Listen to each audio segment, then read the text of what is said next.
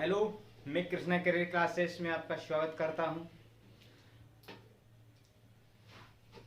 आपके लिए एक टॉपिक लेके आए हैं, हिंदी से संबंधित कुछ आपको बताएंगे। तो हमारा टॉपिक आज संज्ञा से रहेगा। तो आज हम आपको संज्ञा के बारे में बताएंगे कि संज्ञा किसे कहते हैं, संज्ञा कितने प्रकार की होती है, सब कुछ इसके बारे में एक एक करके उदाहरण सहित हम आपको वर्णन करेंगे। तो चलिए, तो फिर इस चैनल को और इस वीडियो को अभी के अभी ज़्यादा संख्या में शेयर करें सो सभी बच्चे जुड़ जाएं। बहुत महत्वपूर्ण टॉपिक है, एक या दो नंबर का यहाँ से आपको एग्जाम में मिलेगा। तो आपको ये सेशन आपको ध्यान में रखना होगा। तो देखिए, अब बात करेंगे संज्ञा के बारे में। तो दोस्तों बताते हैं आपको संज्ञा के बारे में। तो ये संज्ञा होती क्या है, इसकी डेफिनेशन क्या है संज्ञा की। तो संज्ञा किसे कहते हैं, तो संज्ञा कहते हैं किसी नाम, किसी व्यक्ति, यानी किसी व्यक्ति का नाम या किसी वस्तु का नाम, किसी जाति का नाम या किसी स्थान का नाम, इनको विभक्त करे वो हमारी संज्ञा कहलाती है। ये कितने प्रकार की होती है, तो अब आपको बता रहे हैं कि ये संज्ञा होती है। तो मुख्यतः संज्ञा, इसके भेद तीन प्रकार के होते हैं। इसके भेद कितने होते हैं, तो इसके तीन भेद होते हैं संज्ञा के। तो जैसे मुख्यतः भेद कितने होते हैं, मुख्यतः तीन भेद होते हैं।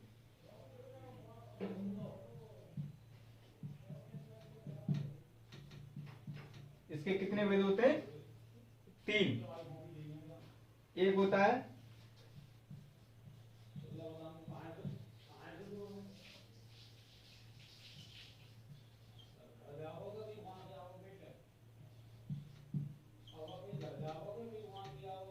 व्यक्तिवाचक संज्ञा, दूसरा होता है जातिवाचक संज्ञा,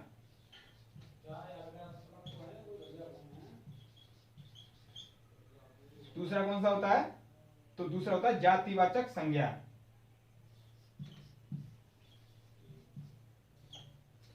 और तीसरा होता है, ये तीसरा होता है भाववाचक संज्ञा।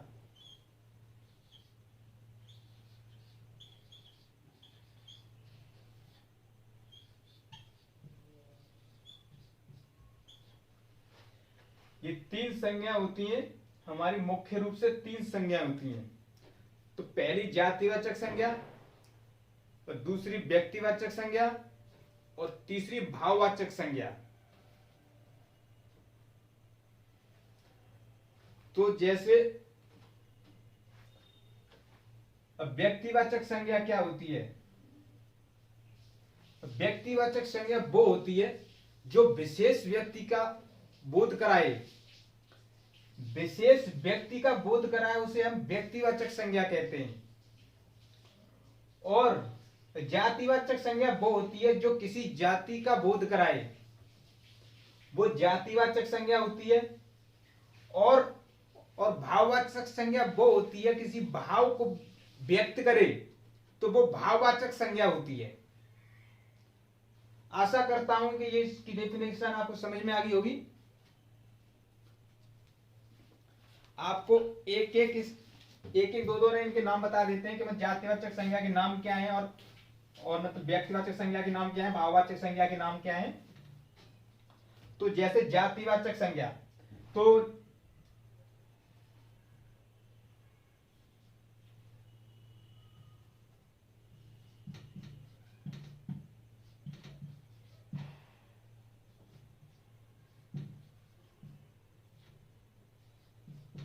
ये वाक्य दिया, मोहन एक लड़का है, मोहन एक लड़का है।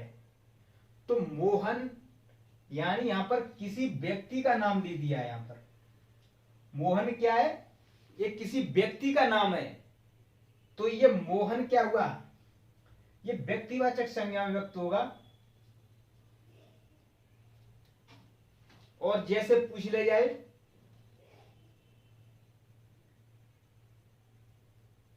रेखा रेखा बहुत सुंदर लड़की है, तो रेखा यहां पर किसी विशेष व्यक्ति का नाम लिया रेखा, तो रेखा क्या हुआ, रेखा ये एक व्यक्तिवाचक संज्ञा हुई।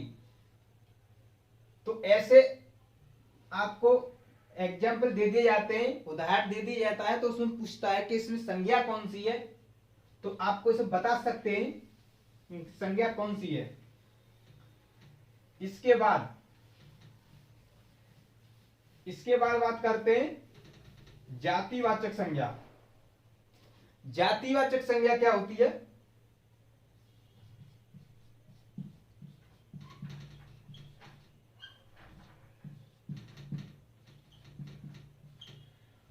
अब बात करते हैं जातिवाचक संज्ञा। तो जातिवाचक संज्ञा वो होती है किसी जाति का बोध कराए, जैसे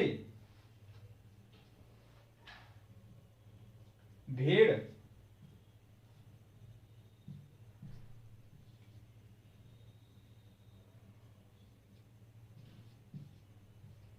बकरी, कुत्ता, ऐसे नाम दिए जाते हैं। भेड़, व्यक्ति और हमारा जैसे बकरी, कुत्ता, मुर्गा, बिल्ली, ऐसे नाम दिए जाते, किसी मतलब जाति के नाम दिए जाते, तो वो क्या होता है, जातिवाचक संज्ञा होता है। इसके बाद बात करते हैं भाववाचक संज्ञा। अगला क्या, भाववाचक संज्ञा। तो भाववाचक संज्ञा वो होता है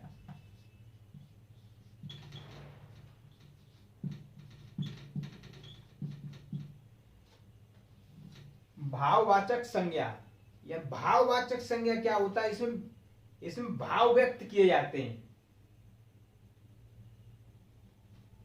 वह रो रहा है, वह रो रहा है, तो इसमें रोना क्या है, रोना एक व्यक्ति का मतलब भाव व्यक्त कर रहा है, वो हंस रहा है, रो रहा है, वो बहुत दुख है। तो ऐसे शब्द दिए जाएं तो उसमें क्या होता है, भाव व्यक्त किया जाता है, तो उसमें क्या होता है, तो वो होता है भाववाचक संज्ञा। ये हमारी तीन मुख्य संज्ञाएं जैसे पूछ ली जाती हैं कि बताइए मुख्य रूप से संज्ञा कितने प्रकार की होती है। तो मुख्य रूप से संज्ञा तीन प्रकार की होती हैं, एक व्यक्तिवाचक संज्ञा, एक जातिवाचक संज्ञा और एक भाववाचक संज्ञा। इन तीनों के बारे में एक एक करके बता दिया आपको।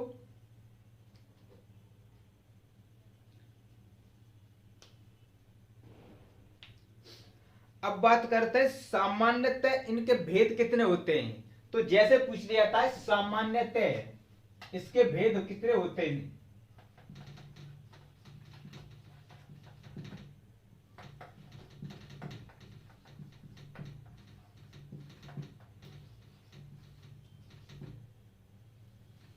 जैसे सामान्यतः संज्ञा के भेद पूछ लिया जाए कि सामान्यतः संज्ञा के भेद कितने होते हैं, तो सामान्यतः संज्ञा के कितने भेद होते हैं, तो इसके होते हैं 5 भेद होते हैं। सामान्यतः संज्ञा के कितने भेद होते हैं, 5।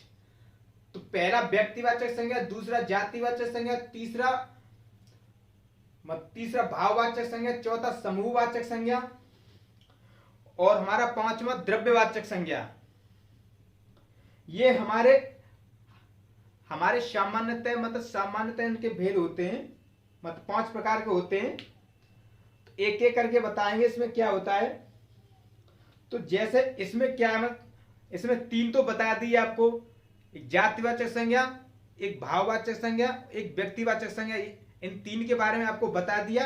अब बताते हैं आपको क्या कहते हैं समूहवाचक संज्ञा क्या होता है।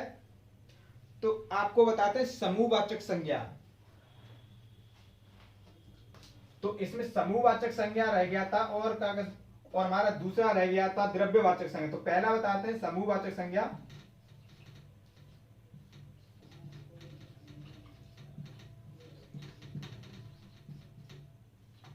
ये है समूहवाचक संज्ञा।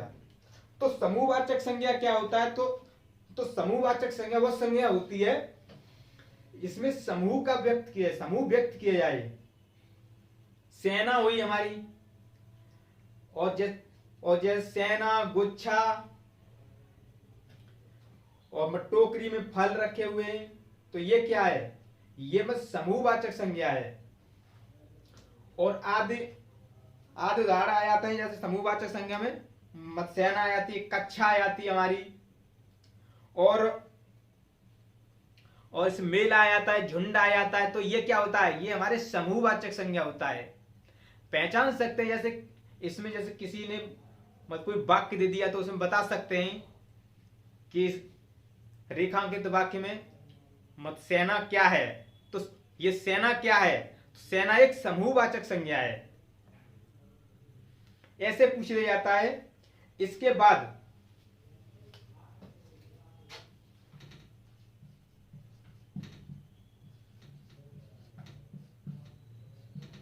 हमारी पुलिस हुई, पुलिस भी समूहवाचक संज्ञा होती है।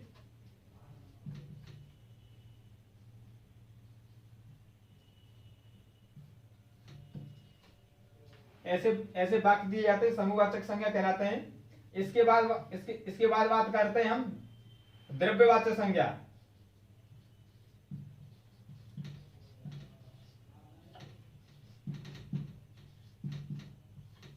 ये जो द्रव्यवाचक संज्ञा होती है, ये क्या होती है द्रव्यवाचक संज्ञा? तो ये द्रव्यवाचक संज्ञा वो होती है जो मतलब द्रव्य पदार्थों का व्यक्त किया जाए, जैसे पानी और शराब, तेल, घी, दही, ऐसे। और इसमें आता है जैसे किसी पदार्थ का नाम आता है जैसे सोना, चांदी, लोहा। तो ये क्या होता है? ये सभी क्या होता है? द्रव्यवाचक संज्ञा होता है। ये क्या हो जाए? ये होता है द्रव्यवाचक संज्ञा। तो इसमें क्या क्या आता है? सोना, लोहा, तेल,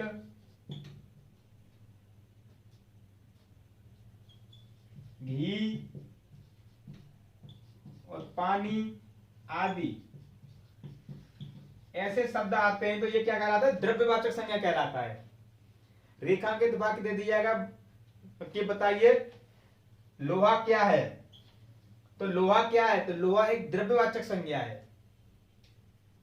ये तेल क्या है? तो ये तेल क्या है? ये द्रव्यवाचक संज्ञा है। तो ऐसे शब्द आए तो ये शब्द क्या कहलाते हैं? द्रव्यवाचक संज्ञा कहलाते हैं। अब बात करते हैं जैसे संज्ञा के इसके निर्माण कैसे होता है, इसका निर्माण करते हैं। तो इसका जैसे मतलब संज्ञा का निर्माण कैसे होता है? जातिवाचक संज्ञा से भाववाचक संज्ञा में व्यक्त करना है, या जातिवाचक संज्ञा से जिस सर्वनाम से हम मतलब भाववाचक संज्ञा में व्यक्त करें, तो ऐसे क्या होता है? क्रिया से भाववाचक संज्ञा में व्यक्त करें तो संज्ञा का निर्माण कैसे होता है? तो देखिए इधर जातिवाचक संज्ञा से बात कर रहे हैं।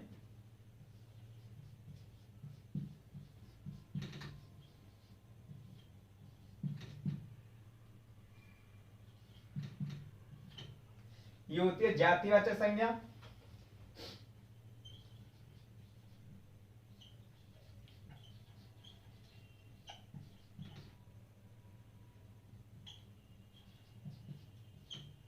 ये होती है भाववाचक संज्ञा।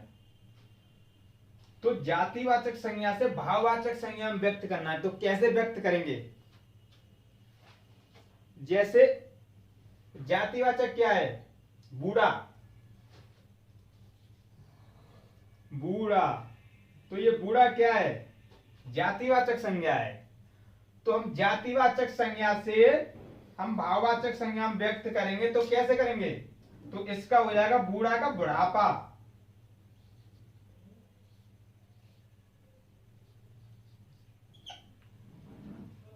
ये हो जाएगा बूढ़ा का बुढ़ापा। और मूर्ख का क्या होगा, तो मूर्ख का हो जाएगा मूर्खता। मूर्ख दिया है तो ये मूर्ख है। ये क्या है, ये जातिवाचक संज्ञा है। तो ये जातिवाचक संज्ञा में हम भाववाचक संज्ञा में व्यक्त करेंगे तो कैसे करेंगे, तो इसका क्या हो जाएगा, तो इसका हो जाएगा हमारा मूर्खता। ऐसे व्यक्त होता है जातिवाचक संज्ञा से भाववाचक संज्ञा में। अब बनाने के लिए आता है कि बताइए कि मूर्ख, इसका भाववाचक संज्ञा क्या होगा, तो इसका भाववाचक संज्ञा होगा मूर्खता। बूढ़ा का क्या होगा, तो बूढ़ा का होगा बुढ़ापा। इसका उल्टा भी दिया जा सकता है कि बताइए बुढ़ापा का जातिवाचक संज्ञा क्या है, तो बुढ़ापा का जातिवाचक संज्ञा है बूढ़ा। ऐसे वाक्य दिए जाते हैं परिवर्तन करने के लिए, तो आप ऐसे कर सकते हो आप। इसके बाद जैसे सर्वनाम से इसमें सर्वनाम से भाववाचक में हम व्यक्त करेंगे तो कैसे व्यक्त करेंगे, अपना है। अपना क्या है, तो अपना सर्वनाम है, तो अपना से भाववाचक में व्यक्त करेंगे तो अपना का क्या होगा, तो अपना का हो जाएगा अपनत्व। अपना का क्या होगा, तो अपना का होगा अपनत्व। ये हम संज्ञा का निर्माण करना सिखा रहे हैं आपको। जैसे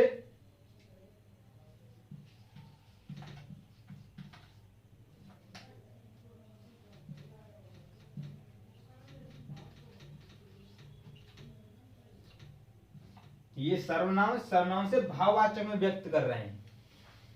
तो जैसे अपना बता रहे थे, तो अपना का हम भाववाचक में व्यक्त करें तो कैसे होगा, अपना का क्या होगा, तो अपना का होगा अपनत्व। ऐसे बनेगा। दूसरा शब्द है निज। निज का क्या बनेगा, निज। ये क्या है, ये सर्वनाम है, तो इसका क्या होगा, निजता।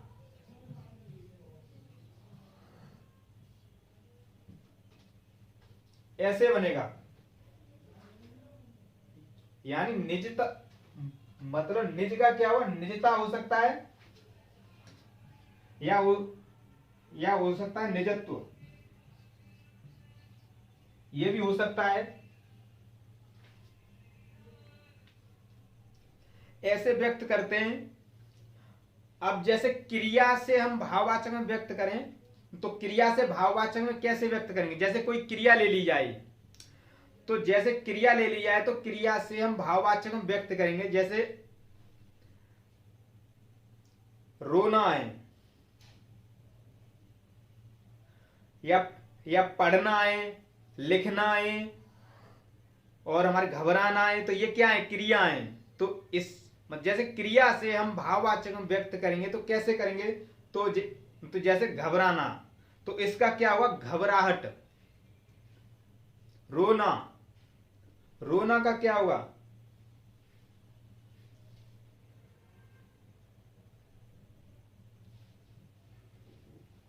और जैसे दिया लिखना, इसका क्या होगा, लिखाई। रोना का क्या होगा, रुलाई। ऐसे शब्द दिए जाते हैं। तो ये सर्वनाम से भाववाचक में और क्रिया से भाववाचक में व्यक्त करने के लिए आपको बताया जा रहा है। और इसके बाद बताया भाववाचक से जातिवाचक संज्ञा में कैसे व्यक्त करेंगे। आपको बता दिया था पहले, भाववाचक से जातिवाचक में या जातिवाचक से भाववाचक में। तो इतने ज्यादा डीप नहीं है ये। आशा करता हूं कि ये संज्ञा समझ में आ गई होंगी, इसके भाग समझ में आ गई होंगी, और इसके मतलब कौन संज्ञा परिवर्तन करना है ये समझ में आ गया होगा।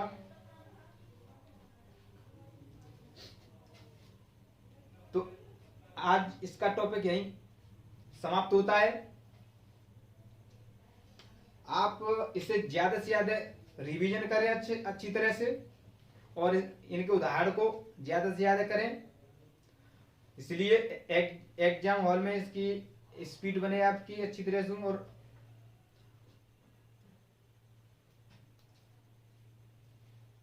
आगे वीडियो लेके आएंगे आपके लिए, वो बताएंगे सर्वनाम के बारे में, तो कि सर्वनाम क्या होता है। आगे किसके बारे में बताएंगे? सर्वनाम के बारे में बताएंगे। तो इस वीडियो को ज्यादा से ज्यादा संख्या में शेयर करना और अपने दोस्तों के साथ इस वीडियो को और अपने ग्रुप में इस वीडियो को शेयर करें। यही हमारी आपसे गुजारिश है। अब मिलेंगे कल, तब तक थैंक यू और धन्यवाद।